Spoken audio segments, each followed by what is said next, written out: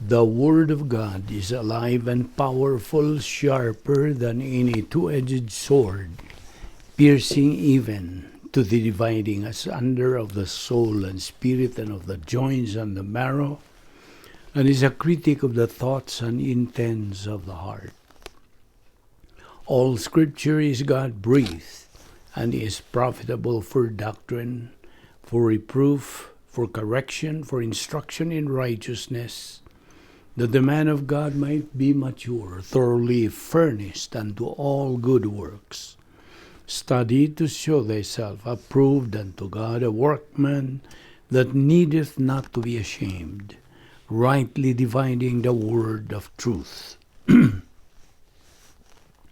Daniel 12:3, those who are wise shall shine like the brightness of the firmament, and those who turn many to righteousness like the stars forever and ever. Luke 6:38, give, and it will be given to you. Good measure, pressed down, shaken together, and running over will be put into your bosom.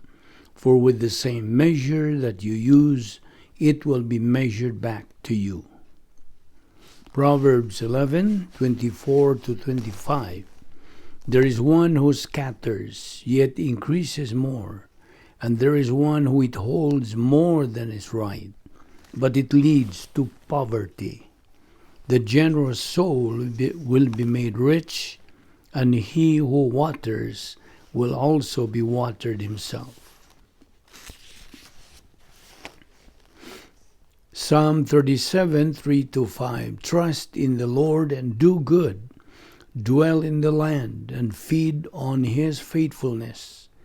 Delight yourself also in the Lord, and he shall give you the desires of your heart.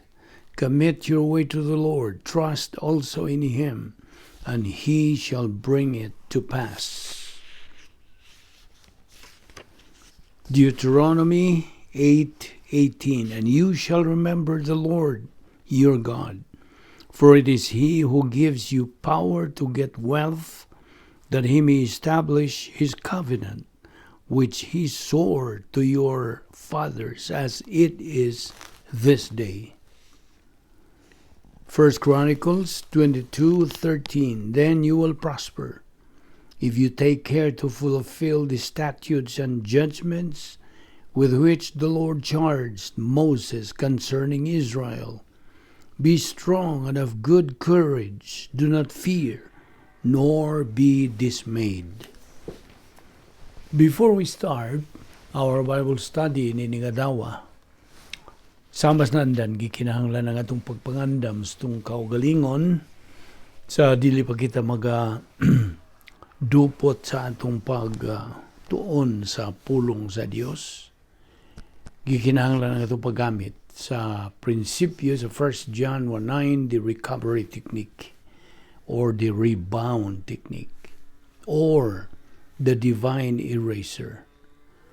Kinahanglan itong gamiton kini aron sa ingon niya na walay makabalda, walay makababag sa atong pagtutok sa pagtuon sa pulong sa Dios. 1 John 1:9 nagkanayon sa in English, if we confess our sins, God is faithful and just to forgive us our sins and to cleanse us from all unrighteousness. Apanalang kanimo higalang wala pa'y kaluwasan, tumuo ka kang Ginoong Hesus, ug ikaw maluwas. Anakan lang sa mga buhat, Kapitulo 16, versikulo 31. Busa karon, mangandam tas tong kaugalingon, pinagi sa hilom nga pagampo.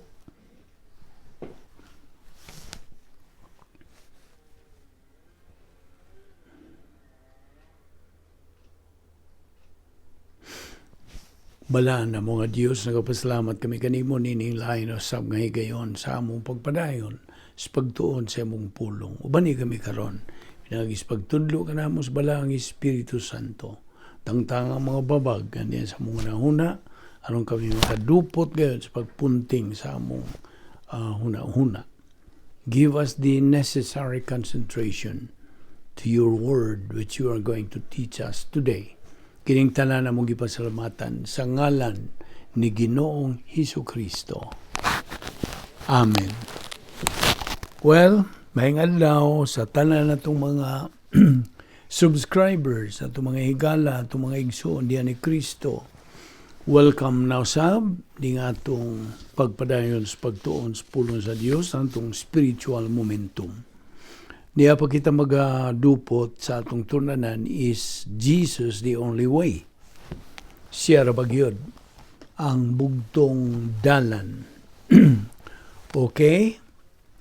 Well, every believer in Jesus Christ is mandated by the Word of God sa pagtubo diya sa grasya o kay balo kang Ginoong Hesukristo. 2 Pedro 3:18. O diha usab sa 1 Pedro 2 versikulo 2. As newborn babes, desire the sincere milk of the Word, that ye may grow thereby. Now, okay. We have seen the 3 levels of spiritual growth sa matang magtutuo.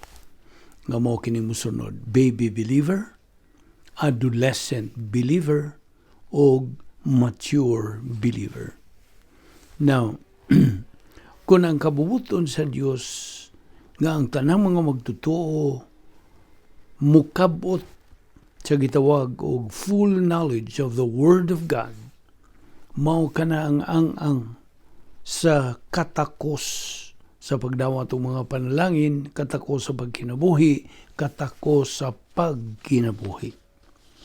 We have seen nga kitang mga magtutuo karon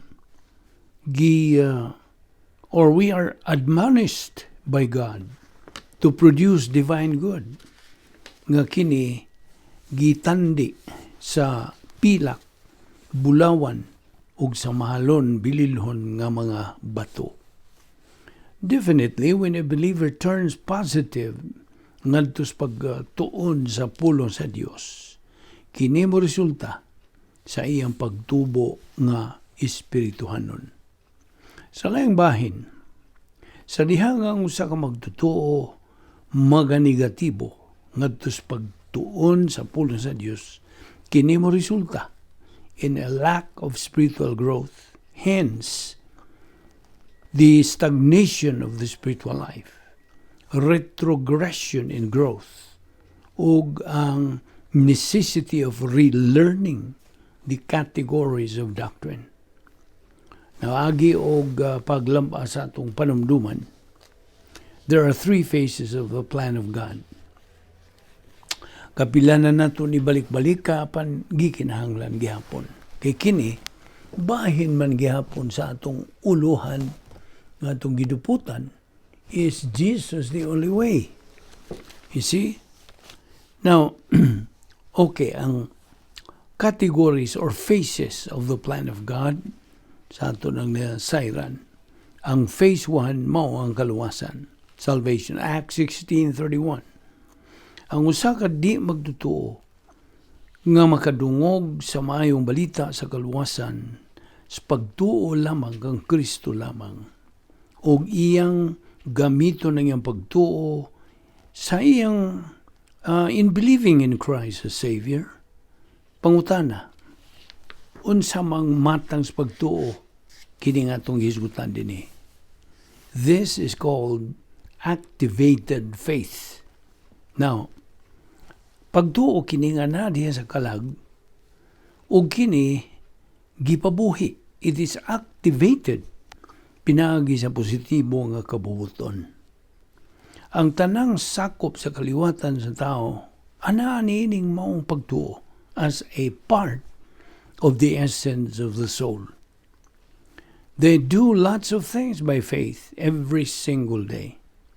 Kasagaran mga tao, lingkod lang diha, aron sa pagkaon, eat, and believers with some knowledge sa pulong sa Dios usually pray, ug mga sila og panalangin sa Dios, bahin niya ng pagkaon nga ila ng pagkakanon. But a lot of people, by the hundreds and millions and 3 billions or 4 billions every year or every day, lingkod lang, kaon dayon, something, and they just slap it down, and they do not think much about whether or not it's going to be nourishing or it's going to kill them. Ilabi na din hinining mong nasod. They deceive, they just assume that it's going to be beneficial and not harmful. Busa, ang tanan, ana ini na nag-iya nining mong pagtuo as part of the essence of the soul. Bahin kini sa kinaiya sa kalag. Apan kung bahin na sa kaluwasan, ang pagtuo, idirekta na kini ngadto kang Ginoo Kristo.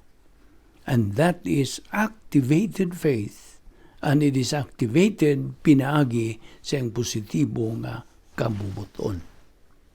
Now, ang phase 1 sa plano sa Dios, o 1/60th of a second after somebody has accepted Christ as Savior, immediately, he now moves into phase 2 of the plan of God. Mulihok, umusod na siya sa ikaduhang bahin sa plano sa Diyos. Ang phase 2 sa plano sa Diyos extends at the moment of salvation nga girepresentahan sa cross as far as the church age is concerned ngadto sa physical death or the rapture, whichever occurs first. Kung sa may muna.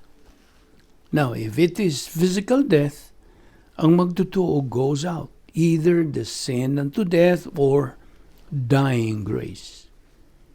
If it is the rapture, kung pagsakgaw man kini sa simbahan, nagaingon ang pulong sa Diyos, the Lord Himself shall descend from heaven with a shout, with the voice of the archangel, with the trumpet of God, and the dead in Christ shall rise first, and that we who are alive and remain shall be caught up together with them in the clouds to meet the Lord in the air, and so shall we ever be with the Lord. But whichever comes first, kung sa may muna, ang magtutuo then moves into phase 3 sa plano sa Diyos, nga mao ang eternal state. Phase 3. So, the salvation faith, gitawag kini otherwise as soteriological faith, pagtuo kini ngadto kang Ginoo Kristo. Apan ang phase 2 faith, mao kini ang pagtuo of the faithless life nga nagkahulugan karon nga pagtuo nga gidirekta ngadto sa kaalam sa pulong sa Dios, knowledge of the Word of God. So, ay parallel din in the principle of appropriation. Kaya ang pagtuo, God, is the mechanism of the acquisition of eternal life. Nga resulta kini in the acquisition of eternal life. Okay? Ang pagtuo diha sa phase 2, nagkahulugan kini nga ang Dios mo isip sa grace blessing ngadto sa magtutuo diha sa phase 2. Spiritual blessing and temporal blessing mo kini ang atong isgutan. Now in phase 1, balik sa phase 1, faith on the Lord Jesus Christ, nagkahulugan kini nga ang magtutuo is delivered from the lake of fire. Giiway na siya. Diha sa phase 2, nakaron kini nga atong kinabuhi karon, kining kalibutan na phase 2 kini. Faith of the faithless life. Nga nagkahulugan nga ang pagtutuo is delivered to divine blessing. Okay? Delivered to.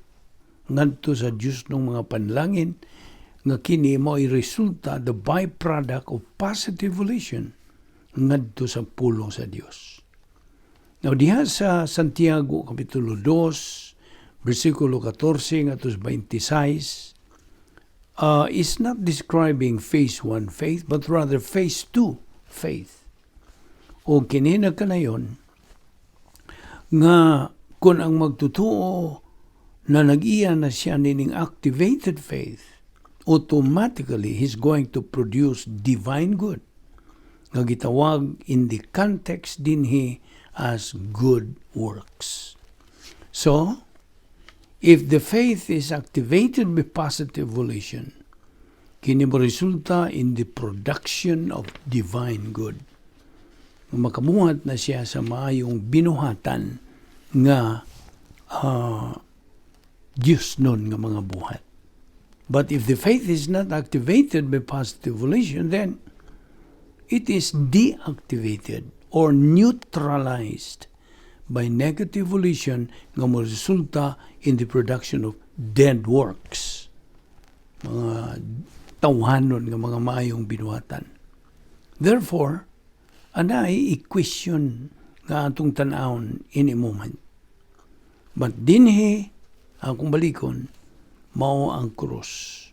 Ang krus nga nagarepresentar the point of salvation. Entrance into union with Christ, position of eternal life, member of the family of God, righteousness of God imputed, positionally sanctified, elect, pinili, predestined, ang magtutuo nga gitawag na karon og sacerdote, and so on and so forth. Cannot lose that relationship anymore. Cannot. Dili na ka na mawagtang, dili na ka na mapapas, hangtod na ka na sa kangturan. Unya, bahin sa Operation Bottom Circle, gitawag kini og temporal fellowship with God. Ngayong temporal tungod kay sa diha nga makasala ang magtutuo, then mugawa siya.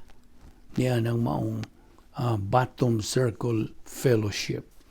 So, gitawag na temporal fellowship with God, the filling of the Holy Spirit, redeeming the time, God's spiritual rest. Now, here is where the believer is walking in light. Kay, anaman siya sa sulod, sa fellowship sphere. Okay? So, nagalakaw siya diha sa kahayag, nagalakaw siya diha sa kamatuuran, nagalakaw usab siya pinagi siyang pagtuo, and here, because the believer is in fellowship, kini nagkahulugan, there is no evil in his life. Sabot? So there are no mental attitude sins, there is no motivational sin, there is no lingual sin, there is no over sin, none. Wala.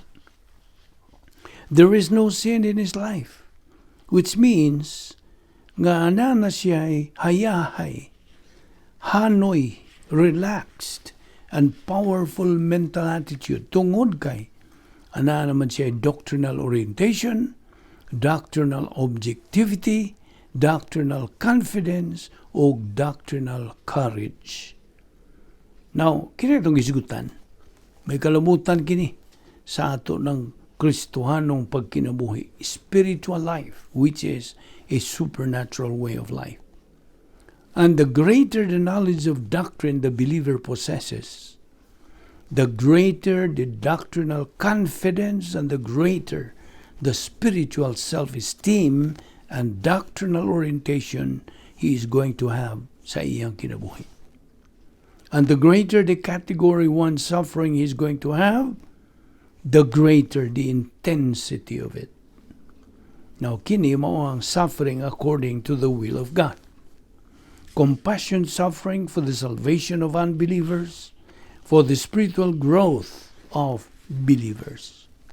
Ang usa ka magtutuo nga nahigugma sa pulong sa Dios, ang kalipay ug ang gugma is so fulfilling, it's so wonderful that he wants all other believers nga manag-iya usab sa sama nga butang. That he wants all other believers to have the same thing. So, now, ana na siya compassion suffering alang ngadto sa ubang mga magtutuo. Now, aron nga mahiluna gyud siya into the Word, to get plugged into the Word, because He wants them to have the same spiritual blessing that He has. Ug buot usab siya nga kini silang ubang mga magtutuo manag-iya usab sa sama nga divine viewpoint, historical impact ug ministry nga ang matag magtutuo functions with doctrine diha sa phase 2. Buot niya nga kini sila will be protected from evil in life. He wants problems solved and problems prevented. That is compassion suffering. Now, karon ang Dios musuway niining maong mga matang sa mga magtutuo. Iyang suwayan kung sa kalig-on na sa ilang pagtuo pagsalig. Sometimes ang Dios mo suway kanila with prosperity. Sometimes He tests them with adversity. Depende. Sometimes with both. And then, ana ay pagsuway or suffering nga magagikan sa kadautan sa ubang mga tao. The evil of unbelievers. The evil of reversionistic believers. The evil of Satan and the demons. Apan, tungod kay ang mga magtutuo, kung ang maong magtutuo is in fellowship here, this is the branch and the vine analogy diya sa John 15 verse 1 through 7. Ug busa, he is productive of fruit. Gitawag kini siya kaniyang gihimo nga mga bunga mao kini ang production of divine good. Diya sa Juan Kapitulo 15, gitawag kini og fruit, bunga. Diya sa 1 Corinto 3, 12 ngadto sa 15, gitawag kini og gold, silver, and precious stones. Divine good. Now, of course, in the context here, gitawag kini og good works. It is divine good. Okay? Diyos nun kini nga maayong binuhatan. And divine good is related to fulfillment of the will of God and related to, at the same time, spiritual love. Tungod kay divine good, nagkahulugan man kini is the biggest, the highest, and the greatest good. In which, ang maong magtutuo not only acts in his own best interest by the execution of the will of God, ang iyang pag-adjust ngadto sa pagkamatarong sa Dios, ngadto sa hostisya sa Dios, ngadto sa pagka-omnisyente sa Dios, ngadto sa pagkalabaw mga gahom sa Dios to all aspects of the divine essence. Na kini atong gisugutan mo kini mga kinaiya, nagunang mga kinaiya sa Dios. But he is adjusted to the standards of the Word of God. Pinagi sa iyang kaalam, pag-angkon o kaalam, gikan sa pulong sa Dios. And therefore, he acts in his own best interest. And he acts in the best interest of others. Mao kanay divine good. Mao kanay Diyos nun nga mga mayong buhat. That's the greatest good for the greatest number. Ug tungod kay siya nagaproduce man sa Diyos nun nga mga mayong binuhatan, automatically he has divine viewpoint, historical impact, alang siyang kaugalingon tungod kay every act of divine viewpoint, every act of faith, every act of positive volition and courage, and then nagahatag kaniya gahom. I mean, niining maong magtutong atong isgutan. It empowers him to keep on going ug siya magaproduce pagyud sa iyang spiritual momentum diha sa iyang kalag. But he also has divine viewpoint, historical impact, and influence on others. Nga nagkahulugan kini, he influences unbelievers sa pagdawat, pagtuo kang Kristo ingon nga manuluwas, ug iyang ma-influensya ang ubang mga magtutuo to grow up spiritually by assimilating Bible doctrine. Iyang i-influence ang ubang mga magtutuo nga naga-function sa faithless life to keep on going in doing the right thing.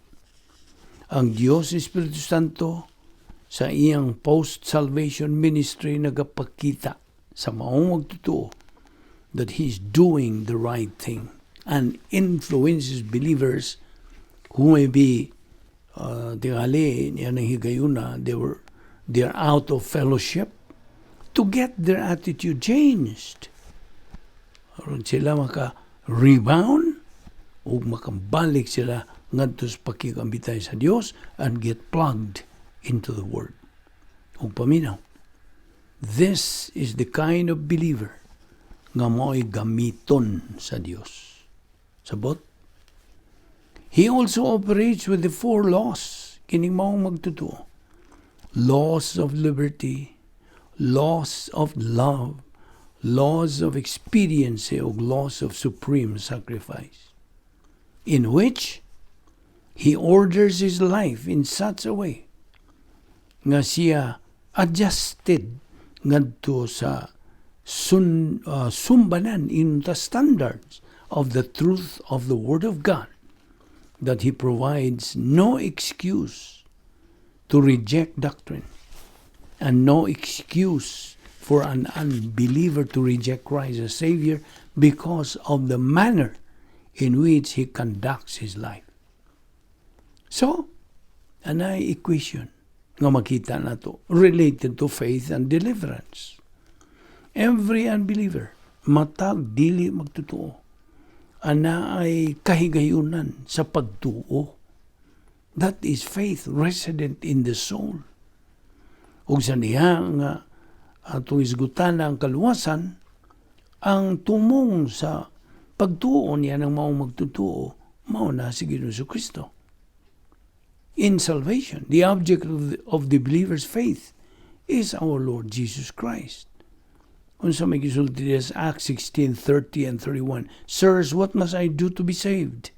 Ang tubag, believe on the Lord Jesus Christ, and thou shalt be saved.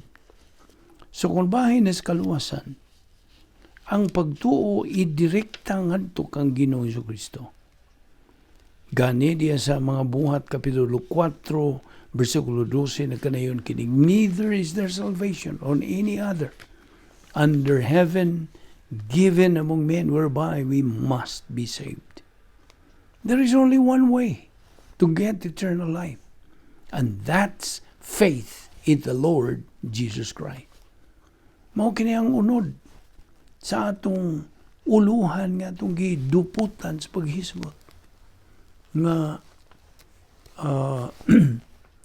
is Jesus the only way? Yes, He is definitely the only way. There is only one way to get eternal life, to get to heaven when we die, and that is faith in the Lord Jesus Christ. There's no other way to get eternal life. None.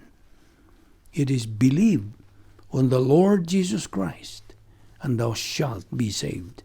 That is salvation. Ato kining ipadayon ugma. Dili kita mohunong sa pagkakaron sa atong pagtuki bahin ining atong tunanan nga ayaw sipyat sa sumpay nini kay labihas kadaghan pang mga doktrina nga atong paghisgutan. Magampo ta. Balaan na mga Diyos, nagapasalamat kami kanimo ni ining matamis nga higayon nga among pagpakigambitay kanimo sa imong mga pulong. Dili na mo kinihikatan di sa bisag unsa pang mabililhon o unsang manungdanong mga kalihukan ining kalibutan na. Ang among kalag mao ang among pasiuna, pakanon na mo, patubuon na mo. Agi tuman sa imong mando. Salamat o Diyos sa imong pagkamatinumanon sa imong masaad.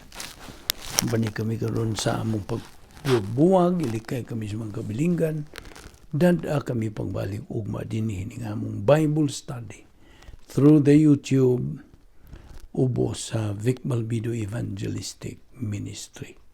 Kining tanan among gipasalamatan sa ngalan ni Ginoong Hesuscristo. Amen.